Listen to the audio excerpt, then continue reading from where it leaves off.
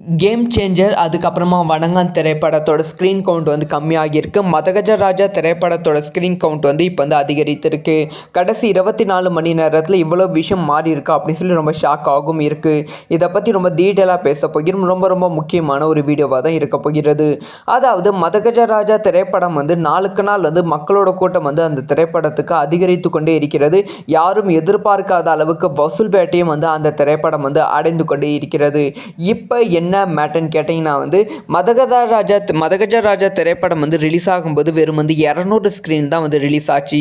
ஆனால் வந்து அடுத்தடுத்த நாட்கள் வந்து இந்த திரைப்படத்தோட ஸ்க்ரீன் கவுண்ட் வந்து ரொம்ப வேகமாக வந்து அதிகப்படுத்தி இருந்தாங்க.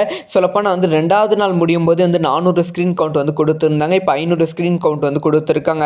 மீதி இருக்க ஸ்க்ரீன் கவுண்ட் வந்து கேம் சேஞ்சர் திரைப்படம் வணங்கான் திரைப்படம் ஆக்கிரமித்திருக்கு. ஆனால் திடீர்னு இன்னையிலிருந்து வந்து கேம் சேஞ்சர் திரைப்படத்தோட ஸ்க்ரீன் கவுண்ட்டை வந்து 100க்கும் கீழே வந்து கம்மி பண்ணிட்டாங்க. வணங்கான் திரைப்படமும் 100க்கும் கீழே வந்து கம்மி பண்ணிட்டு 700 ஸ்க்ரீன் மேலே வந்து மதகஜராஜா திரைப்படம் வந்து ஓடிக்கொண்டு இருக்கு. மொத்தமாகவே தமிழகத்தில் வந்து 900 ஸ்க்ரீன் தான். இந்த 900 ஸ்க்ரீனில் 700 ஸ்க்ரீன் வந்து ஓடிக்கொண்டு இருப்பதால் வந்து அடுத்தடுத்த நாட்களில் வந்து கண்டிப்பாக அந்த வசூல் வந்து பயங்கர மழையாக வந்து இருக்கும் அப்படி சொல்லி கேரண்டியாக வந்து திரையரங்க உரிமையாளர்கள் வந்து சொல்கிறாங்க. தயாரிப்பு நிறுவனம் செம ஹாப்பியில் வந்து இருக்காங்க. ஸோ நீங்கள் வந்து மதகஜராஜா திரைப்படத்தை வந்து பார்த்துட்டிங்களா? ஸோ இந்த அளவுக்கு படத்தை பற்றி பேசுகிறதுக்கு படத்தில் வந்து ஏதாவது இருக்கா அப்படிங்கிற விஷயத்த மறக்காமல் கமெண்ட்டில் லீவ் பண்ணுங்கள். இந்த மாதிரி எல்லா நியூஸும் தக்க தெரிஞ்சுக்கணும். சப்ஸ்கிரைப் பண்ணி சப்போர்ட்